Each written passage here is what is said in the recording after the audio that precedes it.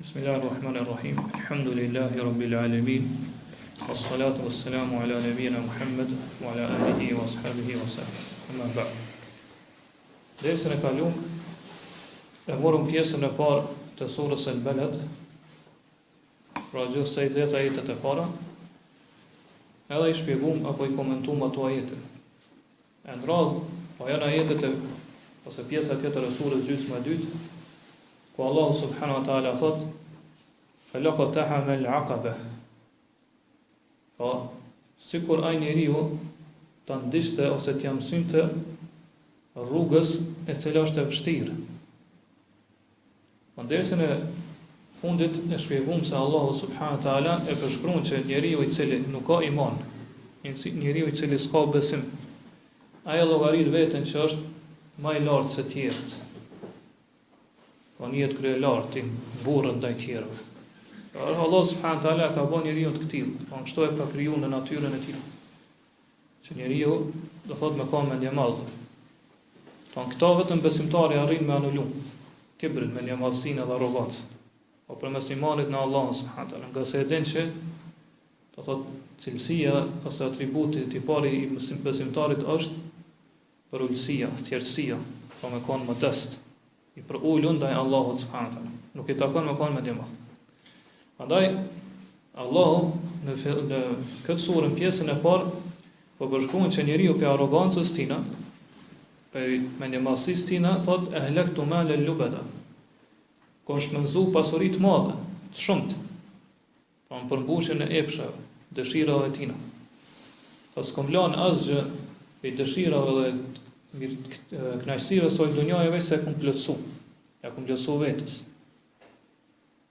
Po ai Allah sikur këtë ajet po të don me tregu që njeriu nuk do të më koni këtill. Po më mendoj që i lejohet me bëj çka don, çka dëshiron ai me pasurinë e tina. Mirë po, do thotë është i kufizuar me kufizimet apo kufit që i ka vendosur Allahu subhanahu wa taala. Prandaj Allahu këtij njeriu i drejtohet thotë falaqtaha al-aqaba. Sikur ky njeri ta ndishte rrugën e vështirë.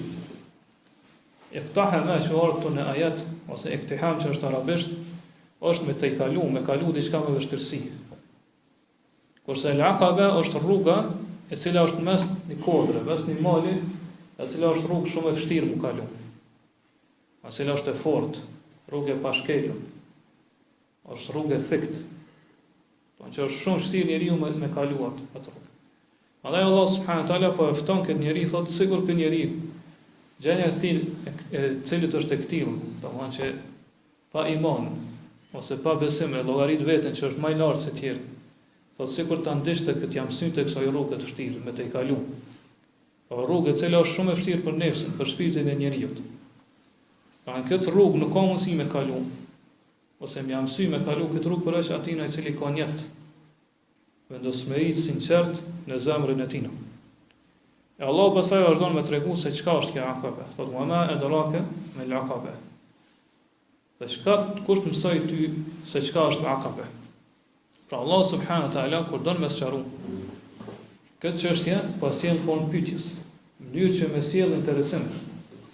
Dëshirë të njeriu që do thotë më jam sy kësaj rruge. Ose njëkohësisht, përveç që me sjell interesim ose me nxit dëshirë të njeriu që jam sy kësaj rruge, Allahu po tregon edhe madhështinë e kësaj vepre.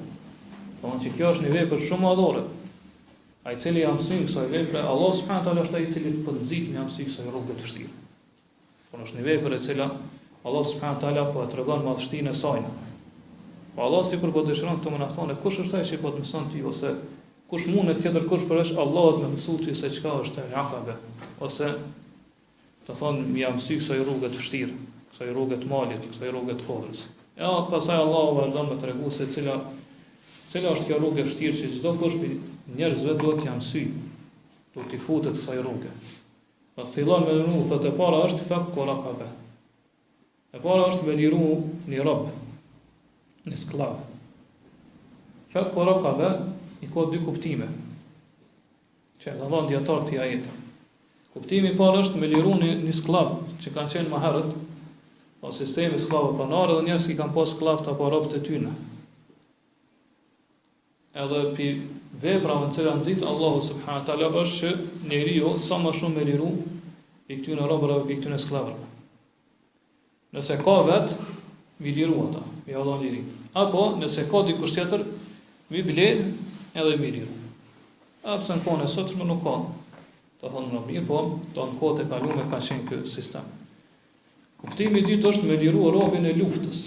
Pra nëse një musliman ka rob i luftës në durë të armikut, atër për veprave më të vlefshme të Allahu subhanahu wa taala është që ti me dhonë të dhe për pasurisë tane, aq sa kërkon armiku për me liru atë. Ka mundësi që armiku si shpagim, ose pagesë lyp, do hon pasuri çmim të madh i cakton. Thonë që vetëm ai i cili beson bindshëm se Allahu subhanahu wa taala ja zamëson edhe shpërblen për këtë vepër, arrin që do thotë me bind veten dhe me nxit veten që me dhon këtë pasuri për me liru robën musliman i cili ka rënë durë të armikut. Allah subhanahu wa taala pastaj vazhdon thotë au it'amun fi yawmin dhi masghaba. Apo jam sy rrugë vështirë është me ushqy tjertë në një ditë zije. Pra Allah subhanahu wa taala këto po sjell këtë pjesë e zën apo për më tregu shumë llojshmërinë e kësaj rrugë që cilën mundet me mësy njeriu. Ose me liruni një skllav, një rob, apo mundet me bëllë një vepër tjetër që gjithashtu është llogaritet që nëse njeriu e kryen, atëherë ka të i kalu këtë provim. Pra ka kalu provimin e ka mësy kësaj rrugë dhe do thotë i ka dalë në kry. Thotë kjo është, do thotë mi ushqy tjertë në një ditë zije, pra një ditë kur ka ujë të madhe të njerëz. Nga se, do thonë, në shumë vende të botës ndodh që njerëz do thotë mu godit me fatkeqësi ndryshme, cilat pastaj do thotë si rezultat e sjellin urinë e madhe. Për shembull, do në vende ku ka do thotë shi pak treshora kështu me radhë, ka mundësi që do thotë mos me pas fruta ose mos me pas drithra. Edhe pastaj njerëz shkaku i saj, do thotë i godet fatkeqësia e madhe zije. Do thonë nuk kanë uri të madhe dhe njerëz vdesin për shkak të urisë. Ose që thëshë Sheikh Uthajmini, ka mundësi që për shkak disa smundje që janë në trupat e tyre, njerëz nuk mundën, do thotë, mu ngop me ushqim. Na kanë treguar njerëz, do thotë specialistë, cilët njerëz, për disa njerëz që jetojnë në vende të larta. Thotë ata hajnë edhe kur nuk ngopen.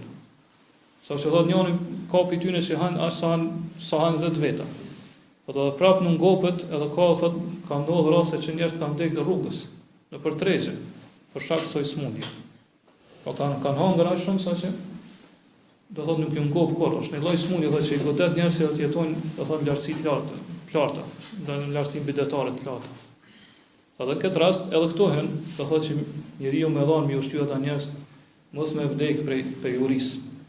Apo thotë për shkak të që nuk ka produkt të frutave apo nuk dhajnë, do thotë rezultat nuk dhajnë fruta, pemt apo drithra të kështu me radhë, edhe njerëz të godet kjo me zghabe. Me zghabe do thotë ushtëri e madhe. Po njerëz të godet zia, do thonë fatkeqësia ose do thonë ka fatësi të madhe në vend edhe i godet uri e madhe. Kështu që thotë ka raste që njerëz për shkak të saj edhe thotë emigrojnë dhe lajnë këtë vend ku kanë këtu. Po shkojnë në një vend tjetër, po mundën do thotë me arritë ato mjetet e furnizimit. Edhe vazhdon Allah subhanahu wa taala tregon se kush është mas parsori me ushqyn këto ditëzie. Thot jetimen dhe meqrabe. Mi dhon jetimit tafër, që e kia kraballak. Po jetim në terminologjinë islame është ati i cili i vdes baba, edhe s'ka hy ende në moshën madhore. Pavarësisht është djalë apo vajzë. Nëse ka vdek baba, edhe s'ka hyrë në moshën madhore, atëherë llogaritet jetim. A nëse ka hyrë në moshën madhore e vdes baba, atëherë llogaritet jetim. Po ashtu, nëse i vdes nana, ende ka hyrë në moshën madhore, nuk llogaritet jetim në terminologjinë islame. Do nështë në masat e gjera, do thonë të njerëz, çdo njëri prej tyre thuhet jetim, pavarësisht ai vdes baba apo nana. Mirë po jo, po kjo sa i përket, do thonë islamikisht nuk është e saktë korrekt. Në islam jetim llogaritet vetëm ai i cili i vdes baba edhe s'ka hyrë në moshën madhore, nga se baba është ai i cili fiton për ta. Tani fiton rrezikun edhe ja e ushqen ato, jo nana. Prandaj jetim në do thonë terminologjinë islame është vetëm atij që i vdes baba dhe s'ka hyrë moshën madhore. Pastaj thot Allahu subhanahu wa taala që ky jetim është mirë me qenë dha me kraba. Do në afërm, ja kraballakut, njerëzve të afërm të familjes. Po nëse dikush është jetim, atëra i ka hak ndaj nesh. Do ka hak, ka hisën pasurinë tonë. Na do të më dhon atij në më shyp. Do të më nderuo ato. Do të më dhon sadak. Mirë po, nëse çaj jetim është i afërm i jon, atë shtohet haku edhe më shumë. Po ai ka hisë edhe më shumë në pasurinë tonë. Nga se ne kemi obligim i mbajt lidhjet fare fisnore. Prandaj çu ka thënë pejgamberi sallallahu alaihi wasallam, nëse jep dikujt shpenzon pi pasurisë tonë, jep sadak, atëherë kjo është sadaka. Tonë është sadak. Mirë po, nëse thot i jep ta afërmit ton, ato është sadakatun wasilla. Është sadak edhe është mbajtje lidhje fare fisnore. Do në dy herë kish problem te Allah subhanahu wa taala. Prandaj ai që i ka këto dy atribute, do është edhe jetim, është i afërm, edhe ai që jep këtij personi apo ndezia ushqen, po kur ka varfëni, kur ka fatësi apo kur ka uri të madhe, atëherë ky person llogaritet që thotë ja ka mësy edhe ka falu këtë rrugën e vështirë, cilën po e përmend Allah subhanahu wa taala këtej. Pastaj Allah sjell edhe një lloj tjetër të veprave të mira që është mirë mi bë muslimanë sa të miskinën dha me trabe. Ose me ushqyni të varfën, i cili është shumë i mirë.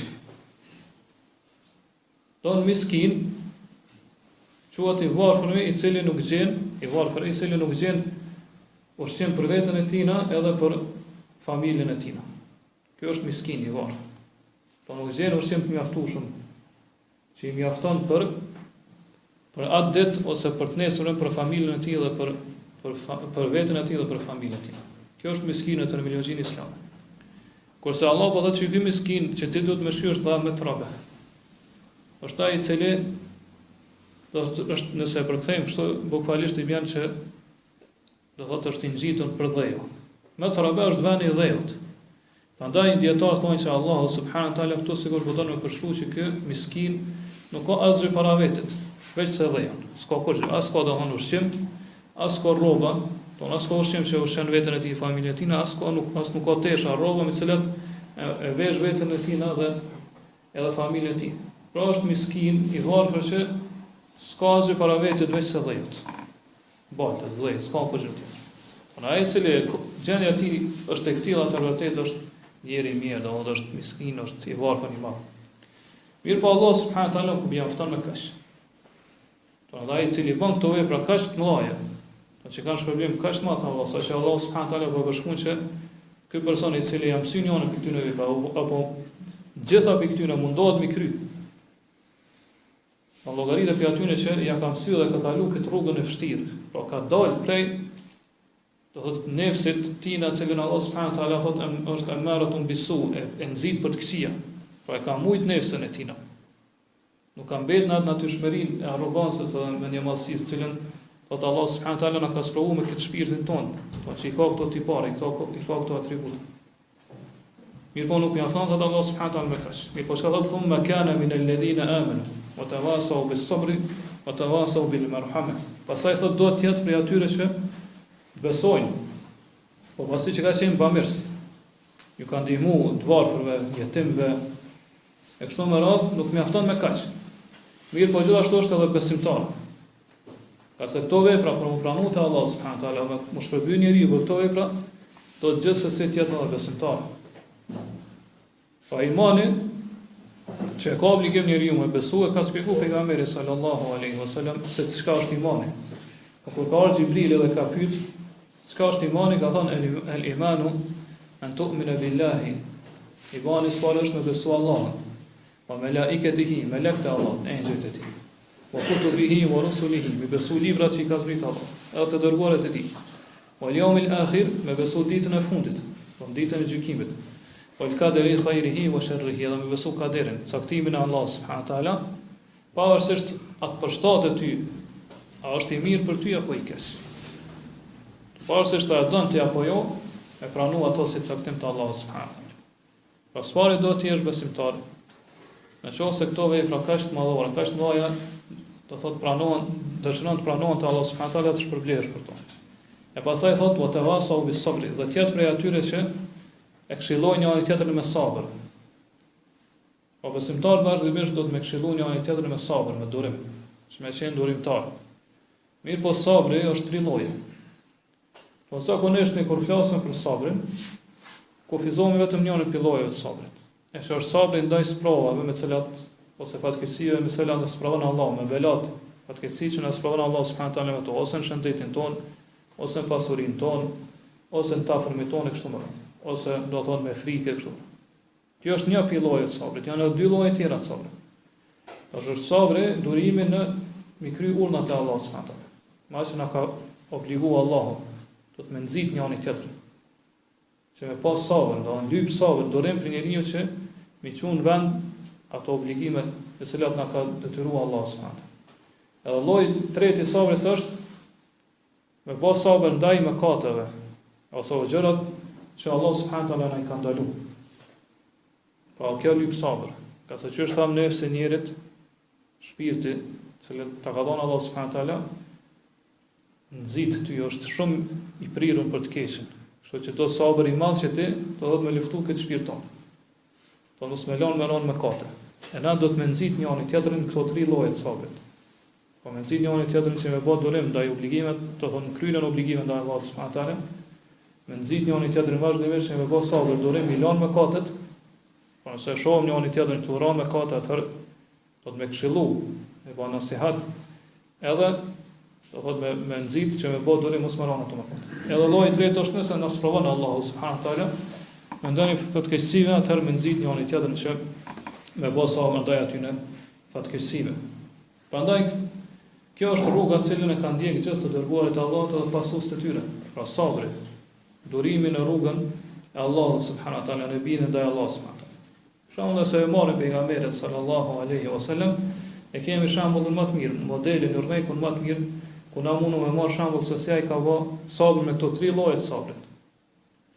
Për shembull e dim se pejgamberi sa në thirrjen e tij në davetin që ka bërë tjerëve, sa shumë është lënduar, është ofenduar pi tjerë.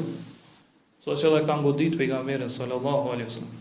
Edhe pagandë mushrikët e asaj kohës kanë planifikuar dhe me myt krejt pejgamberin sallallahu alaihi wasallam. Mirë po megjithëse këtë ai do thotë ka pasur dhe ka llogaritë në shpërblimin e Allahut subhanahu wa taala. Po ashtu pejgamberi sallallahu alaihi wasallam ka pasur ndaj mëkateve. Për shembull kur nuk e gjen që pejgamberi sallallahu alaihi wasallam ka trastuar dikon, ose ka prem besë tjetër, apo që pejgamberi sa me ka rrejt tjetër. Po ashtu pejgamberi sa ka qenë muttaqin, po që ka pas frikë shumë Allah subhanahu wa taala. Edhe është rujt prej mëkateve në raport me stilin mes Allah subhanahu wa taala. Po ashtu pejgamberi sallallahu alaihi wasallam ka pasur shumë në provat kaderet e Allah subhanahu wa taala.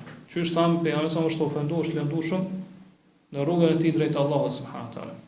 Po e gjejmë rastin kur pejgamberi sallallahu alaihi wasallam kur ka qenë Mekë dhe ka thirrur ata në tauhid, që me njësu Allah subhanahu wa taala me adhurim, edhe kur ka rënë sejdë kanë ardhur dhe i kanë vendosur atë plancin e devës për mbi qafë. Me gjithë ato pa pastërti dhe ndyrësira që i ka pasur. Me gjithë këtë pejgamberi sallallahu alaihi wasallam ka bërë sabër. Po ashtu nëse kthehemi te Yusufi alayhis salam, e shohim se ai ka bërë sabër, do thotë është hedhës parin bunar, në fund bunarit. Pastaj do thotë është burgos, pafajësisht. Edhe sprova tjera që ajo sprovu për hir të Allahut subhanahu wa taala. Megjithëse këtë do thotë ai ka bërë sabër, ka duru, edhe ka shpesuar te Allahu subhanahu wa taala që ka shpëtuar. Kur nuk është pikëllu, kur nuk është demoralizuar, nuk është dëshpëruar Yusufi alayhis salam. Mirë po gjithmonë ka qenë i mbështetur në Allah subhanahu wa taala dhe ka bërë sabër, ka bërë durim. Edhe shembull, këtë pejgamber na e kem shembull se si Allah, se si ata do thotë kanë bërë sabër për hir të Allahut subhanahu wa taala. Edhe Allah vazhdon thotë wa tawasau bil marhamat. Pastaj e nxisin njëri tjetrin me mëshirë, me rahmet. Pa nxisin njëri tjetrin që me pas mëshirë ndaj tjetrit. Edhe mëshira e njeriu do të jetë për gjitha krijesat. Do të edhe për njerëz, edhe për kafshët. Po njeriu do të tregohet i mëshirshëm për shembull për prindët e tij. Do të tregohet i mëshirshëm për fëmijët e tij, djemt, vajzat, për vëllezërit e tij, për motrat e tij, axhallart, do thot hallat, ndaj, tezët, edhe madje për këtë njerëzimin. Po njeri do të jetë i mëshirshëm ndaj gjithë njerëzve. Po ashtu duhet të jetë i mëshirshëm edhe ndaj kafshëve, ndaj krijesave të tjera të Allahut subhanahu. Po nëse ka kafshë që kujdeset për to, lopa, apo kali, apo dhia, apo dele, kështu me radhë, po edhe kafshë tjera që janë natyrë, njeriu do të jetë i mëshirshëm ndaj tyre. Çfarë thot pejgamberi sallallahu alaihi wasallam në hadithin që transmeton Buhariu, po ashtu Muslimi. Thot irhamu man fil ard, yarhamkum man fis sama. Mëshironi ata që janë tokë, po gjithë pa plashtim, krijesat e Allahut subhanahu wa taala që janë tokë. Po ashtu sa njerëz apo janë kafshë. Ju mëshiron ai që është në qiell, pra Allahu subhanahu wa taala. Pastaj Allahu kur i sjell këto atribute, këto cilësi këtyre njerëzve bëhet ulaika ashabul maimana. Ata që i kanë këto cilësi janë pronarët e djathtës ose i takojnë djathtës. Çka është qëllimi? Po maimana i bën yamin djathtës. Po këtyre do t'ju jepet libri nga ana e djathtë ditën e Kiametit. Po libri i veprave tyre, regjistri i veprave tyre do t'i jepet në dorën e djathtë apo nga ana e majtë. Allah subhanahu wa taala ka treguar se atij i cili t'i jepet, shkëndijmë marr më herët. Ne kemi shpjeguar surën, atij i cili jepet libri nga ana e djathtë, do thotë ai do të llogaritet, fa sawfa yuhasabu hisaban yasira, do të llogaritet me llogaritë lehtë Allah subhanahu wa taala. Wa yanqalibu ila ahlihi masrura, do të kthehet te familja e tij me gëzim, plot harë i lumtur. Nga se ka marrë librin e veprave, regjistrin e veprave nga ana e djathtë, pra do të jetë për banorëve të xhenetit. Pastaj Allah subhanahu wa taala thot walladhina kafaru bi ayatina, kurse ata që i kanë mohuar ajetet tona, argumentet, ajetet e Allah subhanahu wa taala i kanë mohuar. Po qëllimi është pasi që e kanë kuptuar vërtetësinë e tyre e kanë mohuar. Thot Allahum ashabul mash'ama, këta do të jenë pronarët e të majtës. Do thonë mash'ama është e majta. Që shkruan e marrë. Allah subhanahu wa taala këto thot walladhina kafaruhum ashabul mash'ama. Ata që kanë mohu, ata janë pronarët e djathtës. Që kjo për emrin që ka ardhur në arabisht hum, pra ka ardhur për taukid, për me konfirmu edhe verifiku edhe më shumë domethënie. To njerëz Kur'anit arabisht lejohet me thonë walladhina kafaru bi ayatina ashabul mash'ama. Kjo është e saktë. Ata që i kanë mohu ajetet tona janë pronarët e djathtës. Mirë po, Allah subhanahu wa taala në Kur'an po e sjell mes kësaj edhe për emrin hum, ata. Po si me konfirmu edhe më shumë këtë domethënie, këtë kuptim. Ata gjithsesi janë pronarët e mash'ama, ose ata që i takojnë mash'ama. Mash'ama që është e majta, pra arabisht quhet shemal ose është marrë për fjalës shumë. Do thonë për që tregon fatkeqësi. Atyre do t'ju takoj fatkeqësia. Pse? Allah subhanahu wa taala thot alehim narun muqsada. Alehim narun muqsada. Bita do të jetë zjarri i mbyllur. Po qëllimi është zjarri i xhehenamit, i cili është i mbyllur. Edhe ata nuk kanë mundësi kurse si me dalë prej atij zjarri i xhehenamit. Po nuk gjejnë rrugë. Hapja mundësi që me dalë prej tij. Do të jetë i mbyllur nga gjithë anët. Prandaj ne përfund e lutim Allahun subhanahu wa taala që më na bëjë për atyre që kanë besuar, për atyre që bojnë vepra të mira, për atyre që do thotë e këshillojnë njëri tjetrin për sabër, edhe këshillojnë njëri tjetrin për rahmet, për mëshirë. Vërtet Allah është Semiun Mujib, që dëgjon lutjet tona dhe i përgjigjet atyre. Allahu a'lam wa sallallahu ala nabina Muhammad wa ala alihi wa ashabihi wa sallam.